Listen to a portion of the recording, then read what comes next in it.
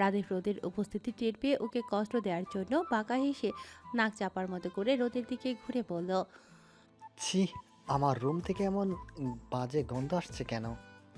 মনে হচ্ছে কোনো পচা জ্যান্ত জিনিস আমার রুম জুড়ে ঘুরঘুর করছে। বলে রোদের একদম কাছে গিয়ে নাক টেনে ওর শরীরের গন্ধ শুকিয়ে সোজা হয়ে দাঁড়িয়ে চোখ গরম করে রোদকে আবারও বলল, যা ভেবেছিলাম গন্ধটা তোর শরীর থেকে আসছে। রাদিফের এমন অপমানজনক কথা শুনে রোদ বোকা বনে গিয়ে নিজের শরীরের গন্ধ শুকতে দেখে না কোনো বাজে গন্ধ তার শরীর থেকে আসে না, তাই ছোট ছোট চোখ করে রাদিফের দিকে তাকিয়ে বলল। কই, আমি তো কোনো গন্ধ পাচ্ছি না। ওর কথা সম্পূর্ণ করার আগেই রাদিফ রোদের চিবুক চেপে গম্ভীর কণ্ঠে বলল, বললাম না গন্ধ আসছে, তুই এক্ষুনি গোসল করবি, আর নয়তো তোকে এতটুকু বলে ঘাটটা কাত করে বাঁকা হেসে বলল, তোর ওই নরঙ্গাল চাপড়িয়ে লাল করে দেব। কি আর করার, এখন রোদ যদি রাদিফের কথা না শোনে তখন ঠিকই এই লোকটা তাকে মন্দরমে তার নরম গাল দুটো থাপড়ে লাল করে দেবে। তাই রাদিফের থেকে চোখ সরিয়ে মাথাটা নিচু করে বলল। ঠিক আছে, আমি গোসল করছি। বলে রোদ জামাকাপড় না নিয়ে ওয়াশরুমে চলে যায়। রোদ চলে যেতে রাদিফ সেদিকে তাকিয়ে আবারও বাঁকা হাসলো, অতপর মনে মনে আওড়ালো, সবে তো মাত্র শুরু, তোর জীবনটা আমি একদম জ্বালিয়ে ছাই বানিয়ে দেব। তখন বুঝবি আমাকে বিয়ে করার কত মজা। রোদ প্রায় 20-22 মিনিট গোসল শেষ করে জামা কাপড় পরতে নিলে দেখে ও কোনো জামা কাপড় না নিয়ে গোসলে ঢুকেছে। এটা দেখে রোদ নিজেই নিজের উপর বিরক্ত হলো। পুরো ওয়াশরুম জুড়ে একটা তোয়ালে ছাড়া আর কোনো শুকনো কাপড় নেই। রোদ ভেবে পায় না এখন সে কি করবে। তাই কোনো উপায়ন্তর না পেয়ে ভিজা কাপড় চেঞ্জ করে তোয়ালেটা গোল করে পেঁচিয়ে ওয়াশরুম থেকে বেরোনোর জন্য রুমের ভেতর উকি মেরে দেখলো রাদীপ আছে কিনা। রাতিফের কোনো ছায়া বস্তু না পেয়ে স্বস্তির নিঃশ্বাস ফেলে ওয়াশরুম থেকে বেরিয়ে কাভার্ড পর্যন্ত আসতেই রুমের বারান্দা থেকে কারো রুমে ঢোকার শব্দ পেয়ে রোদ তৎক্ষণে ঘুরে সেদিকে তাকাতেই দেখে রাতিফ ওর দিকে কেমন করে তাকিয়ে। এটা দেখে রোদ ও কি পরে রাতিফের সামনে দাঁড়িয়ে আছে সেটা না ভেবেই তুতলিয়ে বলল, গোসল করেছি তো, এখন আর আমার গা থেকে গন্ধ আসছে না, সত্যি বলছি। রিনঝিন থমথমা বাতাস, শহরের রাস্তা জুড়ে ল্যাম্পপোস্টের হলুদ আলোয় আলোকিত। শহরের ব্যস্ত রাস্তায় গাড়ি চলাচলের তীব্র হর্নের শব্দ, প্রতিটা জায়গা মুখরিত হচ্ছে। এই সময় ফারি নিজ রুমে বসে ফোনে মাইফড মুভি দেখছে, আর চোখ জোড়া শুরু করে ডান হাতের তর্জনীর আঙ্গুলের নখ দাঁত দিয়ে কাটছে। এমন সময় ফারির মনে হলো পেছন থেকে কেউ ওকে সাপের মতো পেঁচিয়ে নিচ্ছে। ওর এমনটা মনে হতেই ভয়ের ধরফড়িয়ে উঠে হাতের মোবাইলটা হাত থেকে ফেলে দিয়ে যে চিৎকার করতে নেবে, এমন সময় কেউ ওর কানের কাছে ফিসফিস করে বলল, Don't be afraid, my girl. I'm here. লুসিয়ানের এমন নেশাতুর কথা শুনে ফারি ঘাড় ঘুরিয়ে ওর চোখের দিকে তাকাতেই দেখে লুসিয়ান কেমন চোখ করে ওর ঠোঁটের দিকে ঝুঁকে আসে। এটা দেখে ফারি সাথে সাথে লুসিয়ানের দৃষ্টি থেকে মুখ ঘুরিয়ে অন্য পাশে সরিয়ে নিল। ফারিকে হঠাৎ এভাবে মুখ ঘুরিয়ে নিতে দেখে লুসিয়ান কপাল কুঁচকে ওর দিকে আরেকটু ঝুঁকতেই ফারি লুসিয়ানকে নিজের থেকে ঠেলে সরাতে চেয়ে বলল, এটা ঠিক হচ্ছে না, হুটহাট করে এভাবে অনুমতি না নিয়েই। ফারি কথাটা সম্পূর্ণ শেষও করতে পারল না, তার আগেই লুসিয়ান ওকে টেনে বিছানায় ফেলে ফারিয়াকে নিচে রেখে ওর উপরে লুসিয়ান উঠিয়ে ফারির কানের কাছে মুখ নিয়ে ফিসফিসিয়ে বলল, Foreign boys are liked, but their romance is not liked. It's very bad, my girl. Lucien কথাটা শেষ করে বিপরীত হয়ে ফারির কোনো তোর কথা না শুনে ওর নরম তুলতুলে গোলাপি ঠোঁট দুটো নিজের আয়ত্তে নিয়ে চুমু খেতে আরম্ভ করল। লুসিয়ানের এমন কাজে ফারি ওর থেকে ছাড়া পেতে ছটফট করতেই লুসিয়ান নিজেই ওর থেকে সরে এলো।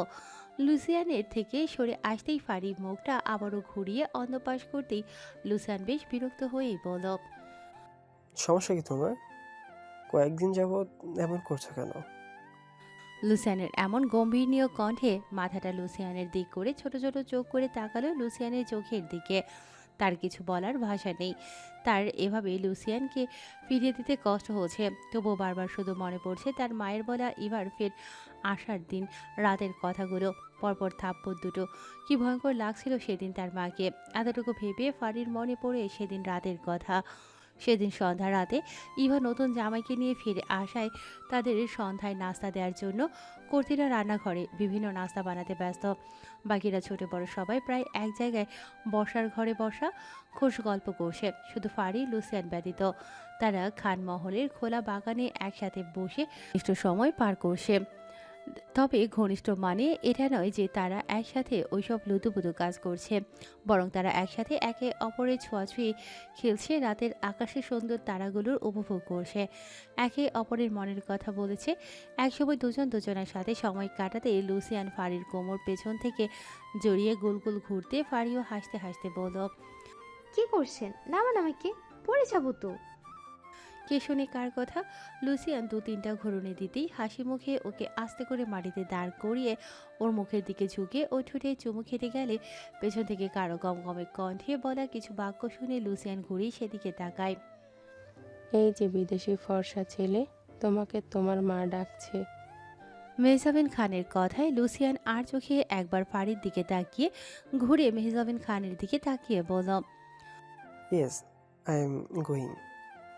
লুসিয়ান উক্ত কথাটা শেষ করে জায়গা ছাড়তেই মেহজাবিন খান ফারির দিকে ঘুরে ওর মুখ থেকে কোনো রকম শব্দ বের করার আগেই পরপর শক্ত হাতে ফারির দুগালে দাবাং মার্কা চর মারতেই ফারি পরপর এমন থাপ্পড় খেয়ে তবদা খেয়ে গালে 2 হাত রেখে ততক্ষণে তার মাকে সে কিছুই বলল না, শুধু নীরবে নাকের পাটা ফুলিয়ে চোখের অশ্রু বিসর্জন দিতে লাগলো। তার বুঝে আসলো না তার মা হঠাৎ তাকে এভাবে মারল কেন। ফারি এসব ভেবে না পেয়ে যখন গালের ব্যথাটা আঁচ করতে পারল, তখন নিঃশব্দে কান্নাটা ফুপিয়ে উঠতেই মেহজাবিন খান বললেন, এটা খানমহল, তোমাদের স্বাধীনতা দেয়া হয়েছে, তাই বলে এই না যে তোমরা যা মনে চাইবে তাই করবে। এই ছেলেটা আসার পর থেকে বেশ কিছুদিন লক্ষ্য করছি ছেলেটার সাথে অতিরিক্ত ঘেঁষাঘেঁষি করছো তুমি, সেগুলো আমার মোটেও পছন্দ না। তোমাকে ওয়ার্ন করছি, বাধ্য করছি না। ফের এসব কিছু তুমি তোমার কল্পনাতে এনো না। মনে রেখো, আমার চোখে যেন দ্বিতীয়বার ওই সব কোনো জিনিস না পড়ে, কারণ বিদেশি কোনো ছেলের সাথে তোমার বিয়ে আমরা কোনো দিনই দেব না। So be careful. Mehjabin Khan উক্ত কথাগুলো বলে আর এক মুহূর্ত ওখানে দাঁড়ালেন না, রাপ পায়ে হেঁটে বাড়ির ভিতরে চলে গেলেন। উনি চলে যেতে ফারি অশ্রুসিক্ত নয়নে ওনার চলে যাওয়ার দিকে তাকিয়ে কিছুক্ষণ ওভাবে ফুপিয়ে কেঁদে হুট করে দৌড়ে বসার ঘর পেরিয়ে কাউকে কিছু বুঝতে না দিয়ে নিজের রুমে চলে এলো। সেদিনের পর থেকে লুসিয়ান যতবার ফারির সাথে আলাদা করে সময় স্পেন্ড করতে চেয়েছে, ফারি ততবারই এটা ওটা বলে দূরত্ব বাড়িয়েছে।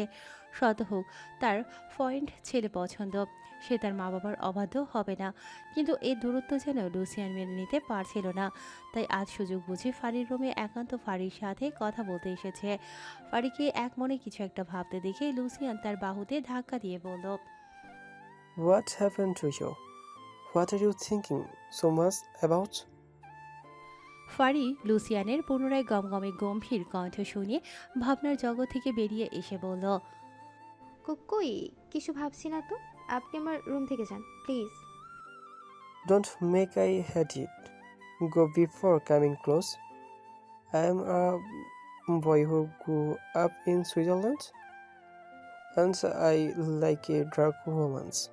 Although I didn't before, I once took a book from my brother and read it. Since then, I have been quite interested in dark romance.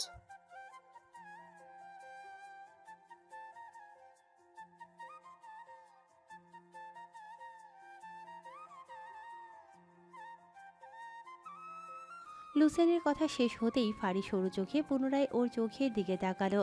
তার এটা জানা আরিশ ভাই ডার্ক রোমান্সের বইগুলো বেশ পছন্দ করে।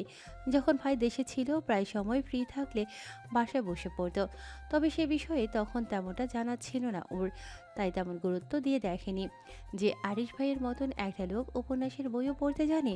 তবে এখন বেশ জানে কেন আরিশ এই উপন্যাসগুলো পছন্দ করত।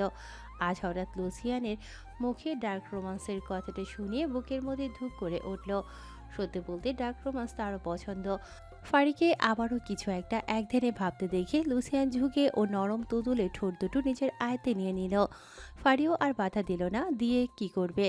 এই লোক কি ওর কথা শুনবে নাকি? লুসিয়ান 12 সেকেন্ড ফারির ঠোঁটে মদ্য থাকতেই দরজায় খটখট শব্দ পেয়ে ফারির থেকে সরে আসতে শুনতে পেল মেহজাবিন খানের কণ্ঠ।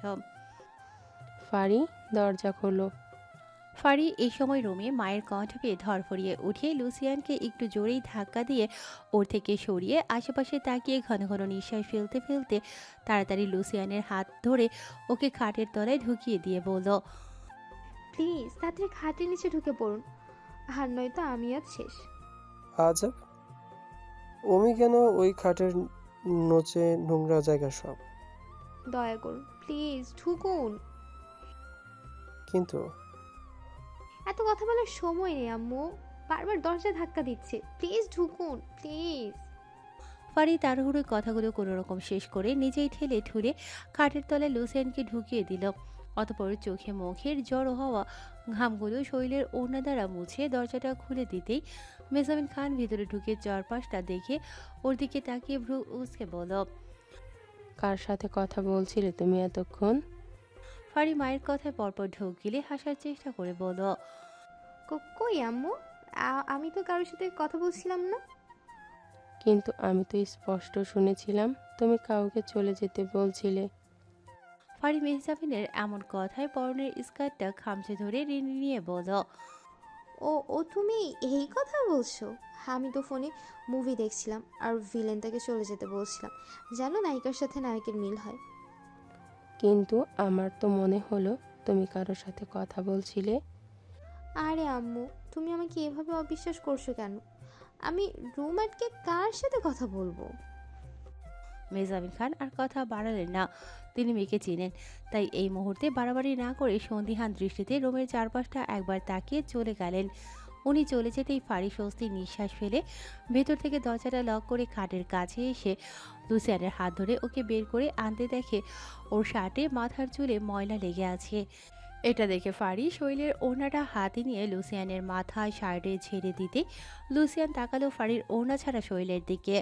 ফর্সা শরীর, স্কার্টের সাদা পেট পর্যন্ত টপটায় যেন হাই কি দ্বিগুণ হটিনা লাগছে। লুসিয়ান আর নিজেকে দমাতে পারল না। হুট করে ফারির উন্মুক্ত ঘাড়ে চুমু খেয়ে সরে এসে মাথাটা চুলতে বলল, নো ওয়ে বিবিজান, you are extremely hot. I don't know if I feel complete ownership over you. What do I do? Maybe I eat up your hotness if I can't handle it. লুসিয়ানের কথাটা শেষ করে হঠাৎ করে ফারিকে টেনে নিজের সাথে জড়িয়ে বিছানায় ধপাস করে ওভাবেই শুয়ে পড়ল। তারপর আর কি, দুজনে বেশ মুহূর্ত কাটালো। তবে এসবের ভেতর লুসিয়ান কিছু একটা মনে মনে পরিকল্পনা আঁটল, তবে তা ফারিকে বুঝতে দিল না, নিজ মনেই রাখলো। তখন রোদ শাওয়ার শেষ করে কোনো উপায়ন্তর না পেয়ে কী করবে না করবে ভেবে না পেয়ে রুমে কারো উপস্থিতি টের না পেয়ে স্বস্তিতে পুরো শরীরে শুধু তোয়ালে পেঁচিয়ে বেরিয়ে এলো। এমন সময় রুমের মধ্যে কারো উপস্থিতি টের পেয়ে তড়িঘড়ি করে পেছন তাকিয়ে দেখে রাদীপ বারান্দা থেকে ওর দিকে কেমন চোখ করে এগিয়ে আসে। এটা দেখে রোদ ও কি পরে রাদীপের সামনে দাঁড়িয়ে আছে সেটা না ভেবে তুতলিয়ে বলল, গোসল করেছি তো, এখন আর আমার গা থেকে গন্ধ আসছে না। ততক্ষণে রাদীপের কি হলো কে জানে, অতিরিক্ত ফর্সা শরীর, সমস্ত শরীরে চিকচিক পানি, লম্বা চুলগুলো থেকে টপ টপ পানি পড়া, উন্মুক্ত দুটি পা, সব মিলিয়ে যেন রাদীপ হুঁশ হারিয়ে ফেলল। তার পুরো শরীরে কেমন পুরুষত্ব জেগে উঠল। রাদীপ অতিরিক্ত কন্ট্রোল হারিয়ে শেষে গরম নিঃশ্বাস ফেলে ড্রেসিং টেবিলের পাশে রাখা কাচের ফুলের টপটা ছুঁড়ে রোদের পায়ের কাছে ফেলে চেঁচিয়ে বলল, এভাবে অর্ধনগ্ন হয়ে আমাকে সিরিয়াস করার চেষ্টা করছিস? তোর কি মনে হয় তুই এইভাবে আসলে আমি তোর সাথে ইন্টিমেট হব? তারপর তোর পেটে বাচ্চা আসুক, তারপর আমি তোকে বাধ্য হয়ে মেনে নিই? কথাটা বলে তেড়ে এসে রোদের উন্মুক্ত দু বাহু চেপে ধরে ঝাঁকাতে ঝাঁকাতে আবারও কিছু বলতে যাবে, এমন সময় রোদের তোয়ালেটা আলগা হয়ে পড়ে যেতে নিলে রোদ চোখটা খিচে বন্ধ করে নিতেই রাদীপ রোদের বুকের কাছ থেকে তোয়ালেটা চেপে ধরতেই আনমনে ঢুকিলে পর মুহূর্তে কিছু একটা মনে করে বাঁকা হেসে বলল, ওয়েট, তুই তো আমার বউ, আমার তো অধিকার আছে তোর সাথে বেড পারফরমেন্স করার। বলে ওকে ঘুরিয়ে বিছানার উপর ধাক্কা দিয়ে ফেলতেই রোদ ঘন ঘন নিঃশ্বাস নিয়ে বলল, আমি আপনার সাথে থাকতে চাই না, দয়া করে আমার সাথে এমনটা করবেন না। রাদীপের মাথা এমনিতেই গরম ছিল, তার উপর থাকতে চায় না শব্দটা শুনে হিরাহের জ্ঞান হারিয়ে গায়ের শার্টের বোতাম খুলতে খুলতে রোদের দিকে এগিয়ে আসতে আসতে বলল, কেন সোনা, স্বামীকে বিয়ে করছো, স্বামীকে বেটের শান্তিটুকু দিবে না? তবে যে আমি আমার ফুল বানুর সাথে ইন্টিমেট হবই। বলে রোদকে ছুতে নিলে রোদ পিছিয়ে বলল। প্লিজ রাদীপ ভাই, আমার সাথে এমনটা করবেন না। রাদীপ রোদকে পিছিয়ে যেতে দেখে ওর পা ধরে ওর কাছে টেনে এনে বলল, আজ থেকে আমি তোকে বেডও নিব, তখন বুঝবি ইচ্ছার বিরুদ্ধে কিছু করলে কেমন লাগে। বলে রোদের কোনো কথা না শুনে রোদকে নিজের সাথে আস্তে আস্তে একটু করে মিশিয়ে নিল। প্রথমে রোদের নরম তুলতুলে ঠোঁট দুটো রাদীপের পুরুষালী ঠোঁট দ্বারা আবদ্ধ করে নিল। অতপর ঠোঁট ছেড়ে ঘাড় নিচু করে রোদের ফর্সা গলায় চুমু খেতে খেতে 2 ইঞ্চি নিচে এসে দাঁত দ্বারা রোদের পেঁচানো তোয়ালেটা কামড়ে সরিয়ে নিল। অতপর রোদের উন্মুক্ত বুকে পরপর দুটো শক্ত করে চুমু খেল। রাদীপের এমন কাজে রোদ ভয়ে প্লাস সহ্য করতে না পেরে এক হাতে বিছানার চাদরটা খামছে, অন্য হাতে রাদীপের চুলগুলো শক্ত করে মুঠ করে ধরল। রোদ রাদীপের চুলগুলো মুঠিবদ্ধ করতেই রাদীপ যেন নিজ হুঁশ হারিয়ে ফেলল। তারপর আর কি, দুটি দেহ পরিপূরকভাবে এক হয়ে গেল। হলো দুটি বাঁধনে পবিত্র আত্মার মিলন। যারা চাইলেও আর অস্বীকার করতে পারবে না তাদের মধ্যে কোনো সম্পর্ক নেই। আর না রাদীপ রোদকে ঠেলে সরিয়ে দিতে পারবে। রাদীপ রোদের সাথে বেশ কিছুক্ষণ ঘনিষ্ঠ হয়ে ক্লান্ত হয়ে অপর পাশের বালিশের উপর শুয়ে পড়তেই রোদ তখনও শরীরের ব্যথায় ফুপিয়ে কাঁদতে ব্যস্ত। যে মানুষটা ওকে ভালোবাসে না, ওকে সহ্য করতে পারে না, সুযোগ হলে ওকে তার জীবন থেকে ঘাড় ধাক্কা দিয়ে ফেলে দিত। সেখানে ভাগ্যের কি নির্মম পরিহাস, আজ ভাগ্য তাকে সম্পূর্ণ তার করে দিল। সে চাইলেও এখন আর তার থেকে দূরত্ব বাড়াতে পারবে না। রাদীপ অবহেলা করলেও তা মেনে নিয়ে তার সাথে জীবনটা কাটাতে হবে, কারণ নারীর সতীত্ব তো একটাই, তা শুধু এক পুরুষের কাছেই সঁপে দেওয়া যায়। ছেলেদের মতো বিভিন্ন মানুষের কাছে পূর্ণত্ব হয় না। রোদ এসব ভেবে মাথাটা কাত করে ভেজা চোখে রাদীপের দিকে তাকালো। সে দিব্যি ক্লান্তিতে ঘুমিয়ে পড়েছে। রোদ এটা থেকে নিঃশ্বাস ফেলে পাশে ছড়ানো তোয়ালেটা শরীরে জড়িয়ে এগিয়ে রাদীপের বুকে মাথা রেখে একটু জোরেই ফুপিয়ে ওঠে। অতপর রাদীপ যাতে বুঝতে না পারে সে তার বুকে মাথা রেখেছে সেভাবে আস্তে করে বলল, আপনি আজ যা করলেন তা মেনে নেওয়া যায় না, কিন্তু তবুও মানিয়ে নিতে হবে। আপনি যে আমার স্বামী, আপনি যদি একটু ভালোবাসা দিতেন না, আমি রোদ সব কষ্ট মেনে নিতাম। এই আমিটা যে একটুখানি ভালোবাসা পাওয়ার কাঙাল। সময়টা ঘড়ির কাঁটায় রাত 11টা।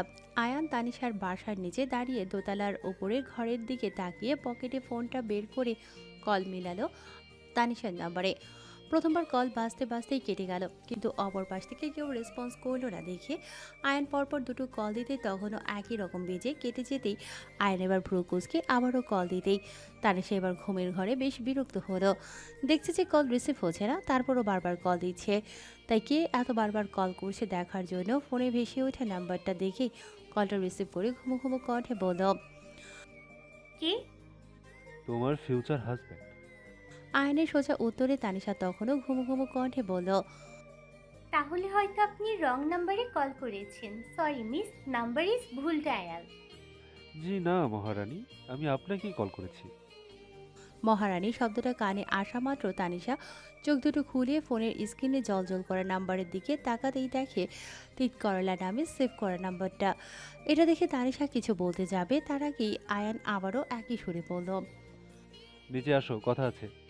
আয়নের এমন কথা তানিশা চট করে বিছানা থেকে উঠে বসে ঘড়ির দিকে তাকিয়ে টাইমটা দেখে মেসেজ দেখিয়ে বলল, সমস্যা কি আপনার? রাত কটা বাজে দেখেছেন? তুমি আসবা নাকি আমি উপরে আসবো? আপনি কিন্তু এবার বাড়াবাড়ি। ঠিক আছে, আসতে হবে না, আমি বরং আন্টিকে ফোন দিই, তখন বিষয়টা আরো ভালো হবে। এই অর্ধরাতে জামাই আদর পাবো। আয়নের কথা শেষ হওয়ার আগেই তানিশা তড়িঘড়ি করে বলল, আম্মুকে ফোন দিতে হবে না, ওয়েট করুন, আমি আসছি। হুম। আয়ান ফোন কাটতেই তানিশা বালিশের পাশে রাখা ওড়নাটা শরীরে বৌদের মতো গোল করে মাথায় ঘোমটা দিল। অতপর পাশে গভীর ঘুমে থাকা বোন শর্মির দিকে একবার দেখে বিছানা থেকে নেমে পা টিপে টিপে রুমের দরজা খুলে সিঁড়ি বেয়ে নিচে এসে মেন দরজা খুলে বের হয়ে পুনরায় আস্তে করে চাপিয়ে রাস্তায় আসতে দেখে আয়ন বাইকের লুকিং আয়নায় চুল ঠিক করছে। তানিশা এটা দেখে মনে মনে আয়নকে গালি দিয়ে উঠে বলল। শয়তানের আর্গিল একটা। তানিয়া এসে দাঁড়াতেই আয়ান ঘাড় কাত করে ওর দিকে তাকিয়ে টেডি ইসমাইল দিয়ে বাইক থেকে নেমে বাইকের উপর হেলান দিল, এক পায়ের উপর অন্য পা ভর করে। অতপর দক্ষিণ পূর্ব দুদিকে হাত সোজা করে তানিশাকে এমনভাবে কাছে ডাকলো মনে হচ্ছে নায়িকাকে কেউ বন্দি করে রেখেছে। সেখানে নায়ক সব বাধা বিপত্তি পেরিয়ে নায়িকার কাছে এসে হাত বাড়াতেই নায়িকা ছুটে এসে তাকে জড়িয়ে ধরবে। কিন্তু আয়নের ধারণা পাল্টে দিয়ে হলো তার উল্টোটা। তানিশা আয়নকে হাত বাড়াতে দেখে পরনের জামা খামচে ধরে দুপা পিছিয়ে বলল।